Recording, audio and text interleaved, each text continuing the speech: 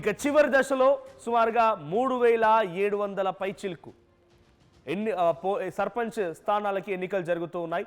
So 3752 sarpanch స్థానాలకి 28410 ward స్థానాలకి ఈ యొక్క పదవులకి పోటీ జరుగుతోంది. సో మొదట 2 దశల్లో అత్యధికంగా కాంగ్రెస్ పార్టీ గెలుపొందింది. ఫేజ్ 1లో కాంగ్రెస్ పార్టీ 2872 స్థానాలు గెలుపొందితే బీఆర్ఎస్ పార్టీ 1160 స్థానాల్లో, బీజేపీ 195 స్థానాల్లో గెలుపొందింది. ఇక ఫేజ్ 2లో కాంగ్రెస్ పార్టీ 2316 స్థానాలు, బీఆర్ఎస్ 1157 స్థానాలు, బీజేపీ 256 స్థానాలు గెలుపొందింది. ఈరోజు ఫేజ్ 2 పోలింగ్ జరుగుతోంది. 3752 స్థానాలకి ఎన్నికల ప్రక్రియకు సంబంధించి ఆల్రెడీ పోలింగ్ మొదలైంది. సో 3వ ఫేజ్కి సంబంధించి ఎన్నికలు నడుస్తూ ఉన్నాయి. సో ఆల్రెడీ పోలింగ్ స్టేషన్ల వద్దకి ఓటర్లంతా బారులు తీరారు, పట్టణాల్లో నుంచి పల్లెలకు బయలుదేరారు.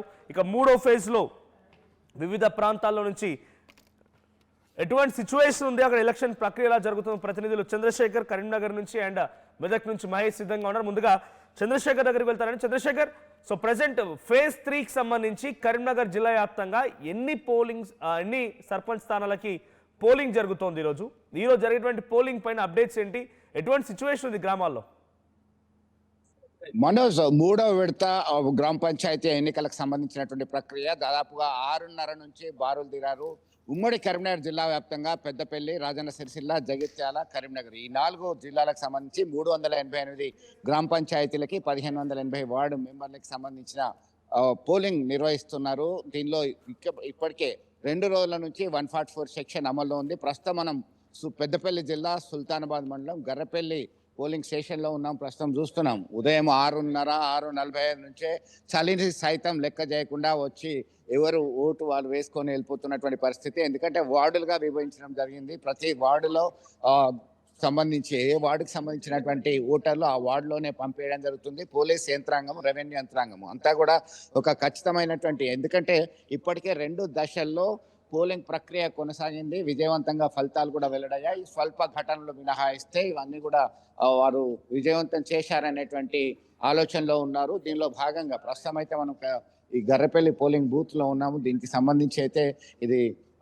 ఒక 7 మెంబర్స్ దీనిలో పోటీ చేస్తున్నటువంటి పరిస్థితి. సర్పంచ్ అభ్యర్థులుగా బరిలో దిగినటువంటి పరిస్థితి మనం గమనించవచ్చు. ఇది కరీంనగర్ కి 20 కిలోమీటర్లు, పెద్దపల్లికి సైతం 20 కిలోమీటర్ల దూరంలో ఉన్నటువంటి గ్రామం ఇది. దీనిలో భాగంగా ఉదయం నుంచి బారులు తీరి తమ ఓటు హక్కును వినియోగించుకోవడానికి ఆసక్తి కనబరుస్తున్నటువంటి పరిస్థితి మనం గమనించవచ్చు. దానిలో ఓటు హక్కును వినియోగించుకుంటున్నారు చాలా మంది. ఇక్కడ వచ్చినటువంటి ప్రాబ్లం ఏంటంటే, మొదటి విడతలో 2వ విడతలో ఓట్లు వేసినప్పటికీ బ్యాలెట్ పేపర్ ద్వారా ఇచ్చినప్పటికీ అది చెల్లకుండా పోయినటువంటి పరిస్థితి అత్యంత దురదృష్టకరంగా అధికారులు భావించడం జరిగింది. మరొకసారి అవేర్నెస్ క్రియేట్ చేసేటువంటి ప్రయత్నం చేస్తున్నారు. దీనిలో భాగంగా ఒక్కసారి మనోజ్, 3వ విడతకు సంబంధించి 19 మండలాల్లో ఈ పోలింగ్ ప్రక్రియ కొనసాగుతుంది. కరీంనగర్ జిల్లాకు వచ్చేసరికి 5 మండలాలు, హుజరాబాద్, జమ్మికుంట, ఇల్లందకుంట, వీణవంక, సైదాపూర్ మండలాల్లో ఈ పోలింగ్ ప్రక్రియ కొనసాగుతుంది. అలాగే పెద్దపల్లి జిల్లాలకు వచ్చేసరికి 4 మండలాలు, పెద్దపల్లి, సుల్తానాబాద్, ఓదెల, ఎలిగేడు. జగిత్యాల జిల్లాకు వచ్చేసరికి 6 మండలాలు, బుగ్గారం, ధర్మారం, ఎండపల్లి, గొల్లపల్లి, పెగడపల్లి, వెల్గటూర్. రాజన్న సిరిసిల్ల జిల్లాకు వచ్చేసరికి 4 మండలాలు, ఎల్లారెడ్డిపేట, గంభీరావుపేట, ముస్తాబాద్, వీర్నపల్లిలో ఎన్నికలు నిర్వహించడానికి కసరత్తు కొనసాగుతుంది. ఉదయం నుంచే వివిధ ప్రాంతాల్లో ఓటర్లు ఆసక్తి. చంద్రశేఖర్, పెద్ద ఎత్తున సర్పంచ్ ఎన్నికలకు సంబంధించి ఉత్కంఠ కొనసాగుతుంది. చివరి దశ ఫైనల్ ఫైట్ ఇక పార్టీలు కూడా చాలా సీరియస్ గా తీసుకున్నాయి. సో ఇక్కడ ఇంట్రెస్టింగ్ ఇంకో విషయం ఏంటంటే, ఈ 2-3 రోజులుగా చలి తీవ్రత మరింత నెక్స్ట్ లెవెల్ గా ఉండిపోయింది. ఆల్రెడీ 7 గంటలకే పోలింగ్ ప్రక్రియ ప్రారంభమైంది కాబట్టి ఇప్పుడు పోలింగ్ స్టేషన్ దగ్గర ఎటువంటి విధంగా పబ్లిక్ ఉన్నారు, వాళ్ళ రియాక్షన్ ఏంటి, అక్కడ ఏర్పాట్లు ఎలా ఉన్నాయి? సో ఇంత తెల్లవారుజామున అంత ఆసక్తి చూపుతున్నారా ఆ ఓటింగ్ వరకు రావడానికి? బాగానే ఉందా? ఎందుకంటే చాలా మంది ఓటు చెల్లకుండా పోతున్నది. కరెక్ట్ గా వేశారు. ఎన్ని గంటలకు వచ్చారు ఇక్కడికి? ఎంత టైం పట్టింది? ఇప్పుడే జస్ట్ 10 మినిట్స్ అవుతుంది. Third fourth time. అన్ని ఏర్పాట్లు సజావుగానే ఉన్నాయి. మనోజ్, దీనికి సంబంధించి అంటే, అమ్మ మీరు ఎంతసేపటి నుంచి లైన్ లో ఉన్నారు? సో కన్నా రమేష్, పడాల రవీందర్, పులి వెంకటేశం, విజిలి పెద్దరాజయ్య, మాదాస్ రంగారావు, రమేష్ వీరగోని వీరు సర్పంచ్ అభ్యర్థిగా చేస్తున్నారు. 7వ అభ్యర్థి కింద నోటా కూడా మెన్షన్ చేయడం జరిగింది.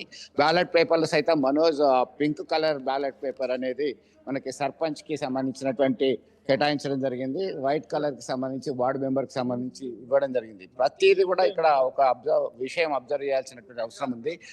వార్డు మెంబర్ సైతం ప్రతి ఒక్క ఓటర్ ని పోలింగ్ స్టేషన్ కి పోలింగ్ బూత్ కి చంద్రశేఖర్ మీరు తరలిస్తున్నారు. చూపిస్తున్న దాంట్లో ఎక్కువగా మహిళలు అండ్ కొంత వృద్ధులే కనబడుతున్నారు. సో యువత ఆసక్తి చూపించట్లేదా? అంటే పట్టణాల్లో చదువుల రీత్యా లేకపోతే ఉద్యోగాల రీత్యా వెళ్ళినటువంటి ఆ యువత ఆ ఎంప్లాయీస్ అందరు తిరిగి గ్రామాల్లోకి వచ్చారా? ఎస్ మనోజ్, మీరు అన్నట్టుగా పట్టణ ప్రాంతాలకే పరిమితమైనటువంటి ఉద్యోగులు కావచ్చు, విద్యావంతులు కావచ్చు, చాలా కంపేర్ చేసినట్టయితే గ్రామీణ ప్రాంతాల్లో ఉన్నటువంటి వ్యక్తులతో కంపేర్ చేసినట్టయితే కొద్దిగా ఆసక్తి కనబరిచినట్టు మాట వాస్తవమే. ఎందుకంటే సెలవులు ఇవ్వకపోవడం కావచ్చు, ఇతరత్ర కారణాలు ఆసక్తి చూపట్లేదు. అయితే ఇక్కడ మాత్రం ఒక విషయాన్ని ఖచ్చితంగా గుర్తుంచుకోవాల్సింది, వృద్ధులు ఇక్కడ ఉన్నటువంటి స్థానికంగా ఉన్నటువంటి వాళ్ళు తమ ఓటు హక్కును వినియోగించుకోకుంటే తాము ఉన్నా కానీ లేనట్టే జమ అవుతుంది అనేటువంటి ఒక భావన సెంటిమెంట్ గా ఫీల్ అవుతారు. కాబట్టి ఖచ్చితంగా అసలు చంద్రశేఖర్ ఒకసారి మీరు బయటకు కూడా వెళ్ళండి. I get back to again. So ఇక్కడ పోలింగ్ స్టేషన్ దగ్గర ప్రశాంతంగా ఉన్నప్పటికీ బయట కొంత కోలాహల వాతావరణం ఉంటుంది. బయట తమ పార్టీ తమకు గుర్తుపై ఓటు వేయండి ప్రచారాలు చేసేవారు, లేకుంటే సర్పంచ్ అభ్యర్థులుగా బరిలో ఉన్నవారు, వార్డు మెంబర్లు కొంత హడావిడిగా ఉంటుంది. ఒకసారి బయటికి వెళ్ళండి. I get back to again. అంతలోపు గంగారెడ్డి కూడా జాయిన్ అయ్యారు నిజామాబాద్ నుంచి. అంతకంటే ముందు మెదక్ వెళ్తాను. మెదక్లో మహేష్ ఉన్నారు లైవ్ లో. ఎస్ మహేష్, కరెంట్ సిచ్యువేషన్ ఏంటి? మీ దగ్గర సిచ్యువేషన్ ఎలా ఉంది? మెదక్ జిల్లా వ్యాప్తంగా ఈరోజు ఏ మండలాల్లో పోలింగ్ జరుగుతోంది?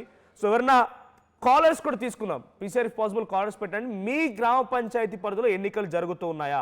జరుగుతున్న క్రమం ఎటువంటి సిచ్యువేషన్ ఉంది? రాత్రంతా ఎటువంటి తాయిలాలు లేకపోతే మద్యం లేకపోతే మనీ ఇవన్నీ ఎలా పనిచేశాయి?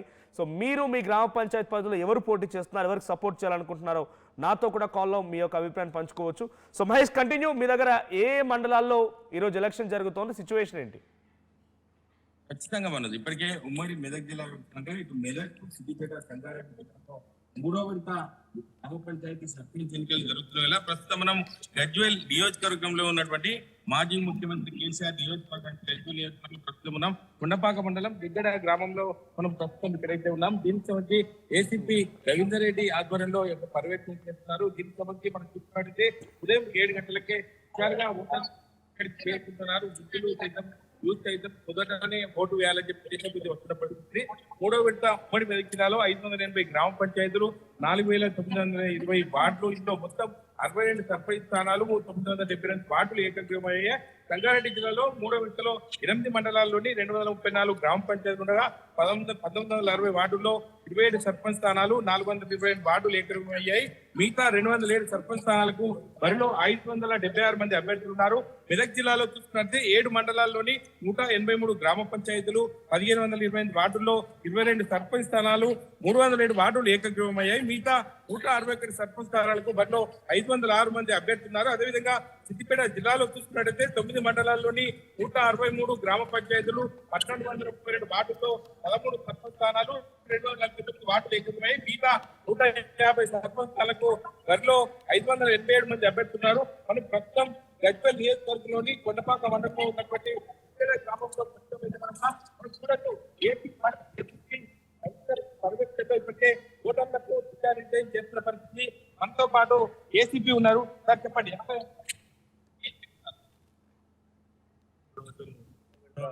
గ్రామ పంచాయతీ ఎలక్షన్ లో భాగంగా సిద్దిపేట జిల్లా సూర్యాపేట పోలీసులు స్థాయిలో బందోబస్తు చేయడం జరిగింది. ముఖ్యంగా ఓటర్లు నిర్భయంగా ఓటు వేసుకోవాలి, అందరూ కూడా వేసుకోవాలని. మరి ఎలక్షన్ సంబంధించి ఇక్కడ కూడా ఎటువంటి ఓటర్ని చేపట్టే విధంగా, ఓటర్ని ఆకర్షించే విధంగా ఎటువంటి పనులను కూడా చట్ట ప్రకారం కఠినమైన చర్యలు తీసుకుంది. మరి ఎలక్షన్ కూడా స్టార్ట్ అయింది, సాధారణంగా జరుగుతుంది. ప్రజలందరికీ ఓటర్కి వినియోగించుకోవాల్సిందిగా మనకు మీరు ఈ యొక్క ఏవైతే తీసుకురాకూడని వస్తువులు చాలా మంది బై మిస్టేక్ సెల్ ఫోన్లు ఇది తీసుకొస్తున్నారు. అది కూడా కావాలని కాకుండా ఎవరు తీసుకుంటాం జరుగుతుంది. ఎలక్షన్ ప్రాసెస్ ప్రజలు విశ్వసనీయంగా వచ్చే లైన్లు కూడా ఆల్రెడీ స్టార్ట్ అయినాయి. సో అంటే ఓటింగ్ సంబంధించి అది చుట్టుపక్కల పరిసర ప్రాంతాల్లో 100-200 మీటర్లు కూడా మీరు ఒక డిసైడ్ చేసిన పరిస్థితి. ఇట్లా భద్రత ఏర్పాటు చేశారు, ఏం చెప్తారు సార్? పోలింగ్ స్టేషన్స్ కూడా 100 మీటర్లు 200 మీటర్లు రెండు లైన్లు చిన్నంతో లైన్ వేయడం జరిగింది. 200 మీటర్ల అవతల మాత్రమే ఈ యొక్క అభ్యర్థికి సంబంధించిన పోల్ చుట్టూ ఇటువంటి గుర్తు లేనటువంటి తెల్ల కాగితం మీద పోల్ చుట్టూ అభ్యర్థి సంఖ్య, అభ్యర్థి పేరు, ఓటర్ లిస్ట్ లో క్రమ సంఖ్య పేరు రాసి ఇవ్వచ్చు. అది 200 మీటర్ల అవతలనే టేబుల్ గుర్తులు వేసుకుని మాత్రమే చేయాలి. మరియు ఈ 100 మీటర్ల లోపలి వరకు ఎటువంటి దాన్ని అలో చేయము. లోపల కేవలం కాంటెక్ట్ చేసే అభ్యర్థి ఎన్నికల ప్రక్రియ జరుగుతుందా లేదా క్యూ లైన్ వచ్చి చూస్తున్నారు మరి ఎటువంటి ప్రచారం చేయగలరు. అలానే ఈ యొక్క